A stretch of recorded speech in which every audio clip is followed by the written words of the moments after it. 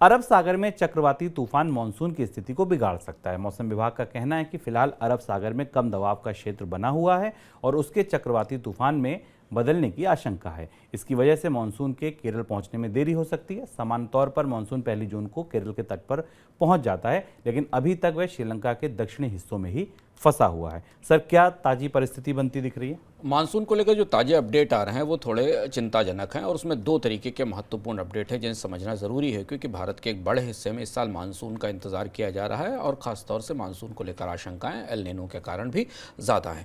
जो महत्वपूर्ण अपडेट है वो ये कि मानसून अभी भी श्रीलंका का जो दक्षिणी इलाका है और जो कैमरन आइल रीजन है उस एरिया में फंसा हुआ है। दरअसल मानसून की आमद बे ऑफ बंगाल की खाड़ी का जो धुर निचला हिस्सा है वहाँ समय से पहले हो गई थी, लेकिन पिछले 10 दिन से मानसून ने वहाँ से आगे की रफ्तार नहीं पकड़ी है और अब अरब सागर के इलाकों में एक कम दबाव का क्षेत्र बन रहा है, एक साइक्लोनिक कंडीशन बन रही है जो मानसून को आगे बढ़ने से धकेल रही है।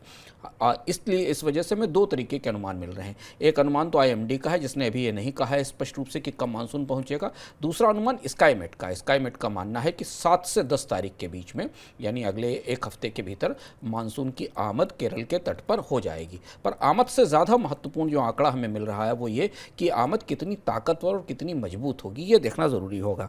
इस आमद का जो सबसे कम दबाव का क्षेत्र बन रहा है या जो चक्रवाती दबाव है उसके कारण इस बात की संभावना है कि मानसून की पहुंच या आमद उतनी ज़ोरदार और उतनी तेज़ नहीं होगी।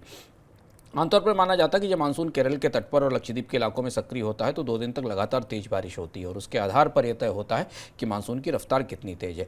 जो आकलन हमें मिल रहे हैं मौसम विभाग से, अंतर्राष्ट्रीय मौसम विभाग से या निजी एजेंसियों से, उनका मानना है कि मानसून अगर 9 से 10 तारीख के आसपास केरल के हिस्सों में प्रवेश करके तट पर आ भी जाता है तो वेस्टर्न घाट से आगे बढ़ने में मानसून के पास इतनी ताकत नहीं होगी और इसलिए इस बार मानसून का समय से पहुँचने में देरी जितनी महत्वपूर्ण है उतना ही महत्वपूर्ण है कि मानसून कितनी ताकत के साथ आगे बढ़ पाएगा। इस पर हमारी लगातार निगाहें बनी हुई हैं। शायद मौसम विभाग अगले 1-2 दिन में मानसून की ताज़ा स्थिति को लेकर अपडेट जारी करेगा, पर मानसून सामान्य से काफ़ी लेट हो चुका है। ऑलमोस्ट 5 से 6 दिन की देरी हो चुकी है और संभावना है कि 2 से 3 दिन की देरी और होगी।